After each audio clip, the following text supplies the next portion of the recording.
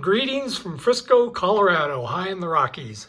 I've only got a couple days left till I start the Colorado Trail, and so I began to pack, and here is all the stuff that I have to bring. It's a lot. Let's start with what I'm going to wear when I bike. Here's my biking stuff. Got my shoes. They got clips on the bottom. I can't go clipless. I don't know how you guys do it. I have to have clips so I can do full pedal strokes. I've got knee pads and elbow pads, which are nice because they're also going to double as arm warmers and leg warmers. I've got some sun protection arm warmers. I've got my sunglasses. I've got my gloves. When I get to camp, here's what I'll be wearing. I've got my sandals here. These are kind of cool, super lightweight. Not something you want to hike in, but it's nice to be able to get out of your shoes and get them all dried out. Here I got my puffy jacket for when it gets really cold. I've got a nice vest here, mid-weight, which will be nice when it gets really cold as well. Keeps the wind off me. I've got a hat. I've got an extra shirt. I've got a long sleeve, kind of warmer shirt, kind of like a jogging top that will help keep me warm. The trick to this trip is going to be layering.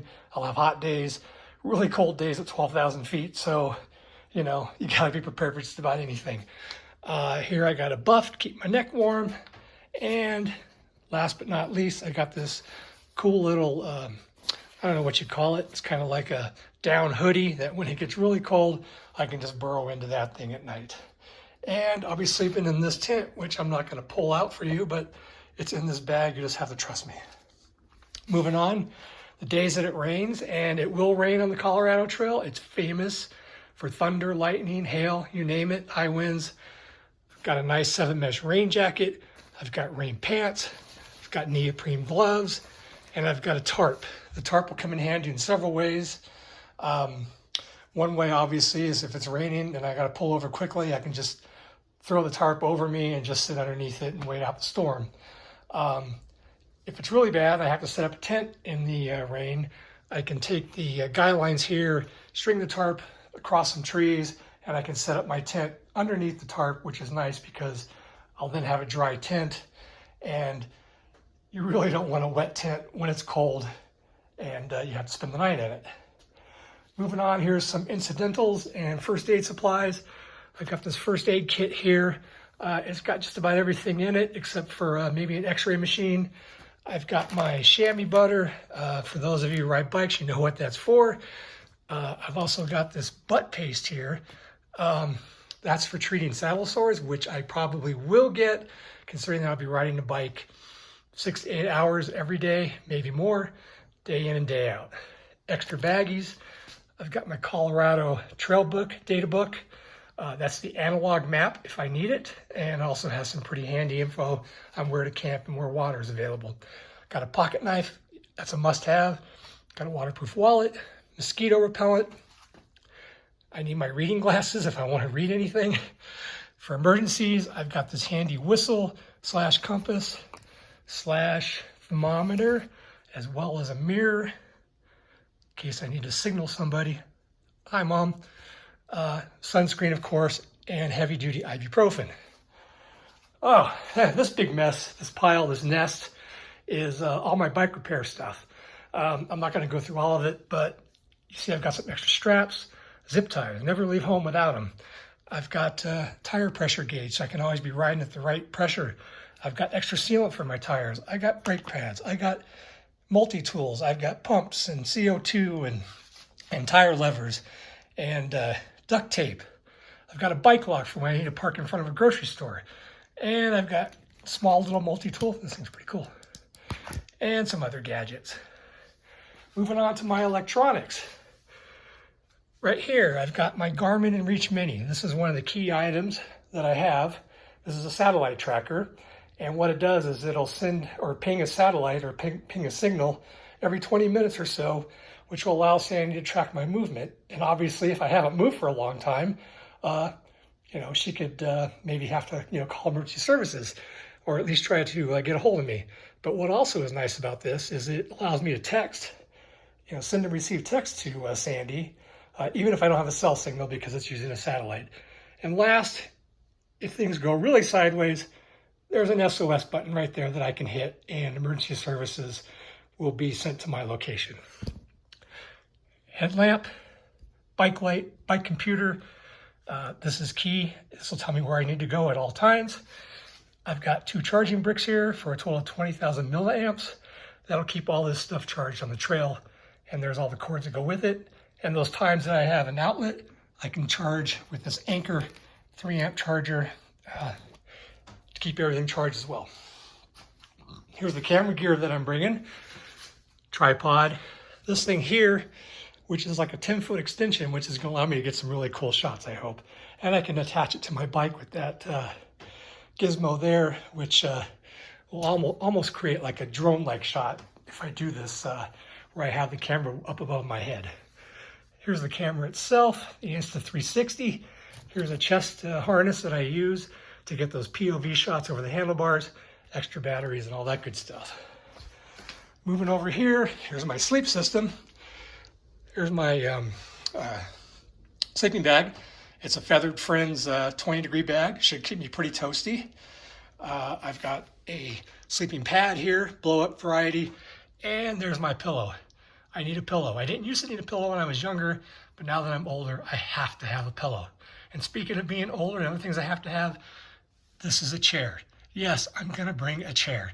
It weighs a pound, which is, you know, pretty light. And again, in my youth, I would never even think of bringing a chair. But I can't get out of my shoes without a chair these days, so I don't know what to tell you. And finally, I'm gonna bring this extra foam pad. Reason being is when I combine the air mattress with the foam pad, it really makes for a nice, comfortable sleeping arrangement. And again, I'm old. I need to get my sleep. I need to be comfortable. Moving over here, this is how I'm going to take a bath every night on the trail. I have these rinse-free bath sponges. They actually work pretty well. And it's good for cleaning up all that goop off my nether regions that I use when I ride my bike. And then I've got toiletries and a small towel. One thing I do have to say before I move on is that the Colorado Trail does go through quite a few towns. So, you know, before it sounds like I'm going to be in the wilderness for, 2 weeks straight, I'm not. I'm going to be going through towns, and actually I'm going to spend, out of the 2+ weeks that I'm doing this trip, there's probably going to be at least 6 to 8 days, I think, where I'm going to be in hotel rooms, or something kind of on that level that's nice. So, it's not going to be all roughing it like some people do, but not for me. Again, I'm almost 60 years old. I'm gonna love a hotel room and a shower on occasion. Here's all the food that I'm gonna be bringing. This is kind of like the who's who of backpacking type foods. Hard salami is always good. Love that fat and salt. Cliff Bars, be eating those all during the day. I got some raisins that I'll mix with my nuts. Of course, I'll be cooking top ramen at night. I like to mix that with the instant potatoes and these chicken in a pouch, I guess, with buffalo style. I like that. It kind of gives it a little buffalo flavor. And then other snack items, there's things like banana chips, brownie bites, but especially the banana chips. They're high in carbs and potassium, and actually really quite light to bring. And then last but not least, morning coffee. I'll probably go with cold brew most of the time, although I certainly can heat it up. I am bringing a small stove. And I do like to mix that with this instant breakfast, this vegan instant breakfast stuff that we get from Sprouts. Makes a nice breakfast. I'm not a big breakfast eater, and it's something I can really, I can actually put together and drink while I'm packing up in the morning so I can get out. Here's my water setup. Right here is the water filter, basic Nalgene bottle, 1 liter, and then I'm bringing these collapsible water containers. What's nice about these is they're really tiny. Geez, you can put them in your pocket, but if you need it, they hold 1 liter of water.